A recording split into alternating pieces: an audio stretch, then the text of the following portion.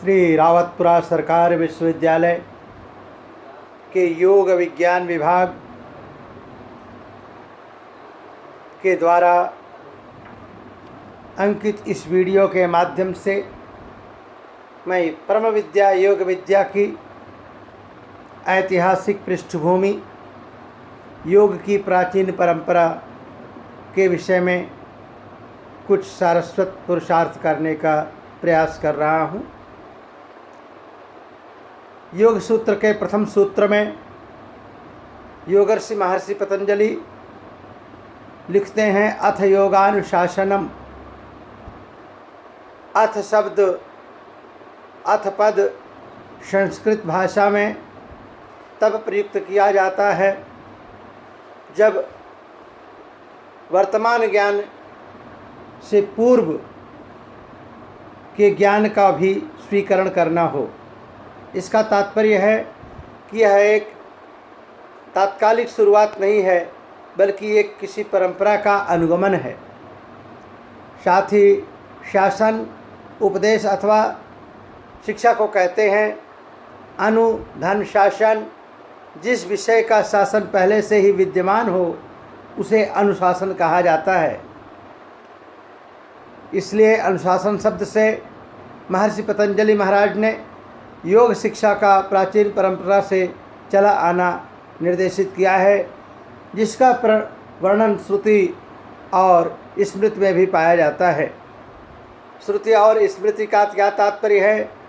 मंत्र दृष्टा ऋषियों ने जिन मंत्रों को श्रुत ज्ञान के माध्यम से प्राप्त किया, जिन्हें अपनी मेधा के माध्यम से स्मरण रख करके स्मृति का रूप प्रदान किया, उसे श्रुति और स्मृति कहते हैं। श्रुतियाँ आगे आगे चलती हैं, स्मृतियाँ उनका अनुगमन करती हैं। हर श्रुति के अनुरूप उसकी स्मृति है। इसका एक आख्यान महाकवि कालिदास के श्री रघुवंशम महाकाव्य में प्राप्त होता है।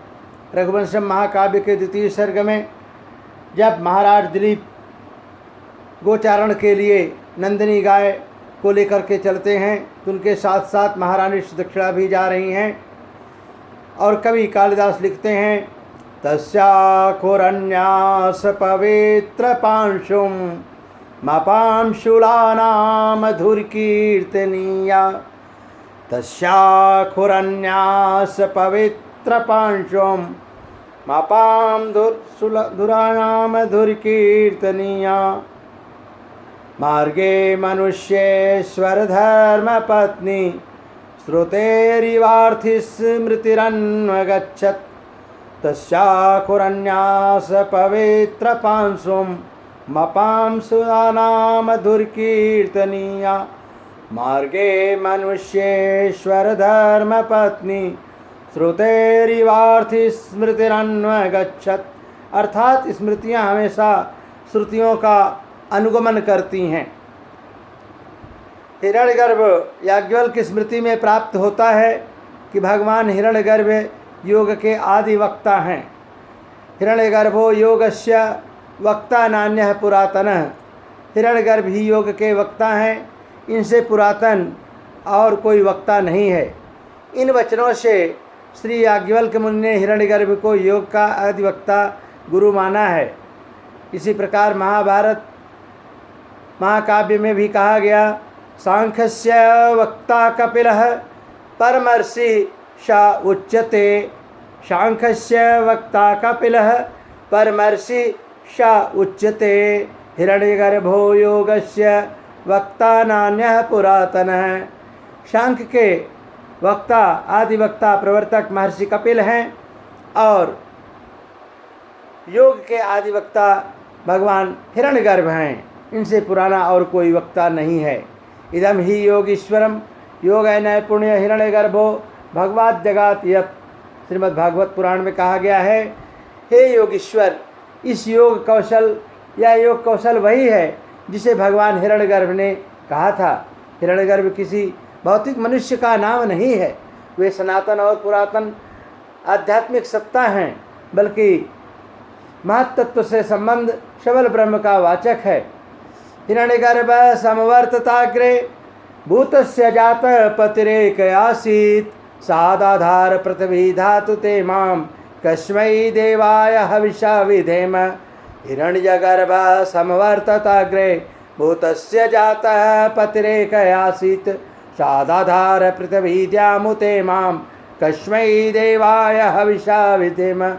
ऋग्वेद की यह ऋचाएँ, यजुर्वेद के ये मंत्र इस बात को सिद्ध करते हैं कि आदि सत्ता भगवान हिरण्यगर्भ के श्रीमुख से योग गंगा का निर्गमन हुआ है, जिसमें अवगाहन करके आज पूरा विश्व समाज, आज पूरा मानव समाज अपने पाप, साप और ताप से मुक्त हो रहा है। त्रिविध ताप की अग्नि की ज्वाला में दग्ध मानव समाज आज योग की शीतलता से शांत हो रहा है, प्रशांत हो रहा है, प्रसन्न हो रहा है, आह्लादित हो रहा है, आनंदित हो रहा है। इस तरह से हिरण्यगर्भ ही योग के आदि वक्ता माने गए हैं। हिरण्यगर्भो द्युतिमान यः ईशच्छन्दसि स्तुतः योग संपूज्यन्ते नित्यम स च लोके विभु स्मृतः। यह द्युतिमान हिरण्यगर्भ वही हैं जिनकी वेद में स्तुति की है। इनकी योगी लोग नित्य पूजा करते हैं और संसार में इन्हें विभु कहते हैं। हिरण्यगर्भो भगवानेश बुद्धिरिति स्मृतः महानिति च योगीषु विरंचिति तथा अप्यजः। इन हिरण्यगर्भ भगवान को समष्टि बुद्धि कहते हैं।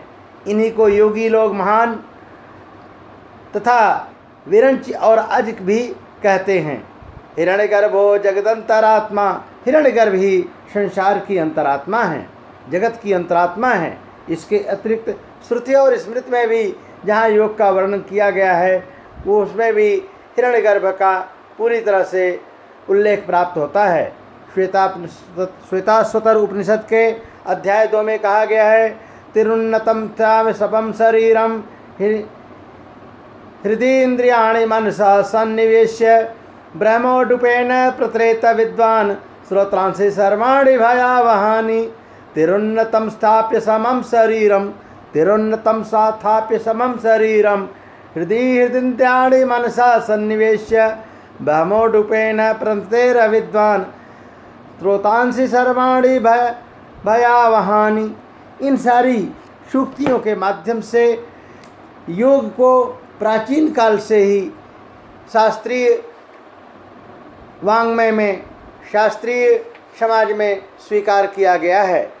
शरीर के 3 अंग, छाती, गर्दन और सिर को सीधा रख करके, इंद्रियों को मन में रख करके, इंद्रियों को नियंत्रित करके ओंकार की नौका पर सवार हो करके भय के लोक के प्रवाहों को पार कर जाना है, भव सागर को पार कर जाना है।